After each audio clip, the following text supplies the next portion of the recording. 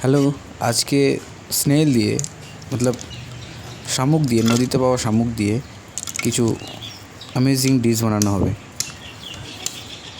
যে ডিশটার মধ্যে একটা সবজি আছে, সেই সবজিটা দিয়ে এই স্নেল মানে শামুকগুলো দেওয়া হবে।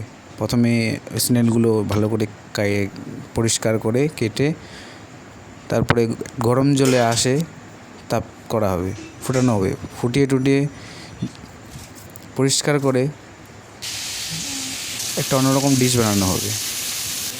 সাথে স্নেলগুলো বা শামুকগুলোকে লবণ দিয়ে আর হলুদ দিয়ে ভালো করে তেল দিয়ে ভেজে নিতে হবে। নুন আর হলুদ দিয়ে এরকম করে কিছুক্ষণ ভেজে নেওয়ার পর একটা ডিশ বানানো হবে, যেটা বাঁধাকপি দিয়ে আর চালের গুঁড়া দিয়ে বানানো হয়। তো ওইটা একটু অন্যরকম ভিডিও কন্টেন্ট বানাবো, একটা আলাদা ভিডিও হবে সেটা নিয়ে। তো আজকে যেটা বানানো হবে সেটা হলো শামুক দিয়ে কিছু ডিশ, মানে বাড়িতেই ভালো করে বানানো, খুব টেস্টি, যেটার নাম হলো বাঁধাকপি দিয়ে ফোক দই বানানো হয়। এটাকে ফোক দই বলে। গরম জল করা হবে, এরকম করে গরম জল করে বাঁধাকপি লঙ্কা মেশানো হবে প্রথমে। তারপরে বাঁধাকপিগুলো আছে, যেগুলো বাঁধাকপিগুলো ওগুলো জলের মধ্যে ছাড়া হবে। ছেড়ে দেওয়ার পর এরকম করে ডিশটা, এটা একটা অন্যরকম ভিডিও বানাবো। এই ফোক দই যেটা, এটা খুব টেস্টি জিনিস।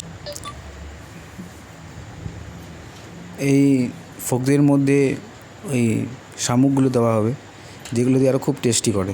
তো এটা একটা অন্যরকম ডিশ। এখানের মধ্যে লবণ দেওয়া হবে। লবণ দেওয়ার পর কিছু সোডা লাগবে।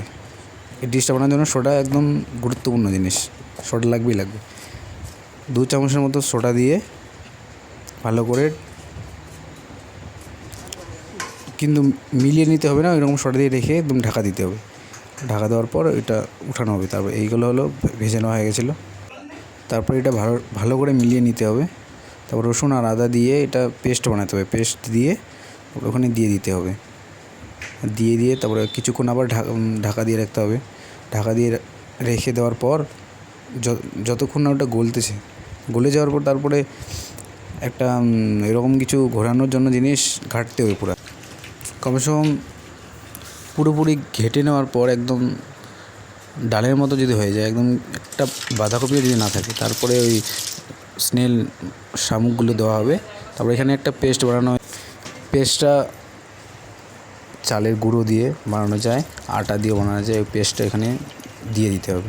তারপরে ওখানে হলুদ, একটু নুন, কিছু মশলা দিয়ে ঢাকা দিতে হবে। ঢাকা দিয়ে কমসে কম 15 মিনিটের মতো ছেড়ে দাও। 15 মিনিটের পর দেখবে একদম সুন্দর একটা ডিশ তৈরি হয়ে যাবে। এটা একদম অন্য রকমের ডিশ, কোনো দিন খাওনি। যেগুলো ভিতরে শামুকগুলো আছে সেগুলো ডাইরেক্ট খাওয়া যাবে না, সেগুলোকে চুষে খেতে হবে। এটাই তো মজা। এটা হলো চুষে খাওয়ার একটা ডিশ।